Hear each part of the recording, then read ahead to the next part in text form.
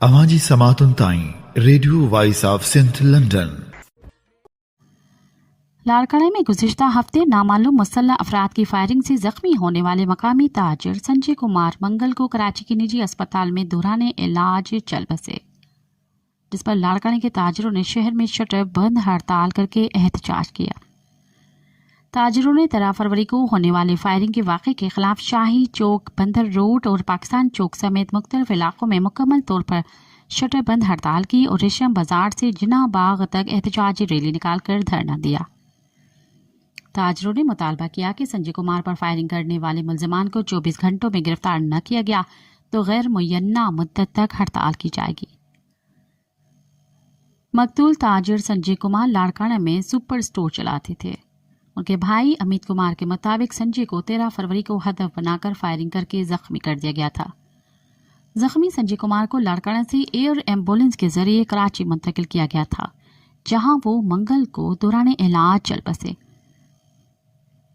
Larkana reason Hindu panchayat नामी तंजीम के joint secretary Sunil Thakaria ने इंडिपेंडेंट उर्दू से गुफ्तगू में कहा, मंगल को दौरान इलाज कराची के निजी अस्पताल में जान से जाने वाले हिंदू ताजिर संजय कुमार को 23 सितंबर 2023 को मुसल्लह अफराद ने लूट लिया था। चंद रोज बाद संजय कुमार को लूटने वाले मुल्जिमान पुलिस की फायरिंग से जख्मी होकर गिरफ्तार हुए और जेल भेज दिए गए। चंद रोज कबल मुल्जिमान जेल से बाहर आए और संजय कुमार को धमकी दी कि उनके बायस पुलिस ने उन्हें जख्मी किया, लिहाजा अब वो उन्हें नहीं छोड़ेंगे। बाद 13 फरवरी को मुल्जिमान ने संजय कुमार को टारगेट बनाकर फायरिंग करके शदीद जख्मी कर दिया था। सुनील ठाकरिया के मुताबिक इसी रात मुसल्लह अफराद ने डकैती के दौरान फायरिंग करके एक और हिंदू नौजवान रौनक कुमार को भी जख्मी कर दिया था। उन्होंने मजीद बताया कि लाड़काना में 29 जनवरी को मुसल्लह अफराद ने डकैती के दौरान फायरिंग करके एक और हिंदू ताजिर सुनील कुमार को कत्ल कर दिया था। इसके अलावा हिंदू ताजिर राजेश कुमार और कश्मीर से ताल्लुक रखने वाले जगदीश कुमार कई महीनों से कच्चे के डाकुओं के कब्जे में हैं, जो ताहाल बाजियाब नहीं हो सके। इसके अलावा कमसन हिंदू लड़की प्रिया कुमारी 3.5 साल से लापता है। ऐसे वाकयात के बायस हिंदू बहुत ज़्यादा परेशान हैं। इंसानी हकूक़ के कमीशन पाकिस्तान HRCP के कौंसल रुकन और कंधाकोट के रिहायशी इमदाद खोसू के मुताबिक गुज़िश्ता चंद सालों के दौरान शुमाली सिंध के अजला में अमन अमान की सूरत हाल इंतहाई ख़राब है और ख़ास तौर पर हिंदू ताजिर को न सिर्फ तावान के लिए अगवा किया जा रहा है, बल्कि उन्हें भत्ते की पर्चियाँ भेजना भी आम सी बात हो गई है। बकौल इमदाद खोसू डाकुओं की जानिब से अब भत्ते की पर्ची भेजने के लिए नया और खौफनाक तरीका शुरू किया गया है। इस नए ट्रेंड में डाकू किसी हिंदू ताजिर के घर या कारोबारी मरकज के बाहर लॉन्चर के गोले के साथ भत्ते की पर्ची रख देते हैं, ताकि अगर भत्ता न दिया गया तो लॉन्चर मार दिया जाएगा। हाल ही में गौसपुर में डॉक्टर सुंदरदास के घर के बाहर ऐसा ही एक लॉन्चर मिला, जिसके साथ भत्ते की पर्ची थी। ऐसी सूरत हाल में मकामी हिंदू नकल मकानी करने पर मजबूर हैं। दूसरी जानिब पाकिस्तान पीपल्स पार्टी के रहनुमा और rice brokers and traders association के सदर डॉक्टर राकेश मोतियानी कहते हैं कि एक सोची समझी साजिश के तहत सिंध की मईशत को तबाह करने के लिए हिंदुओं को निशाना बनाया जा रहा है। डॉक्टर राकेश मोतियानी के मुताबिक शुमाली सिंध के अजला में चावल के फसल की काश्त बड़े पैमाने पर होती है।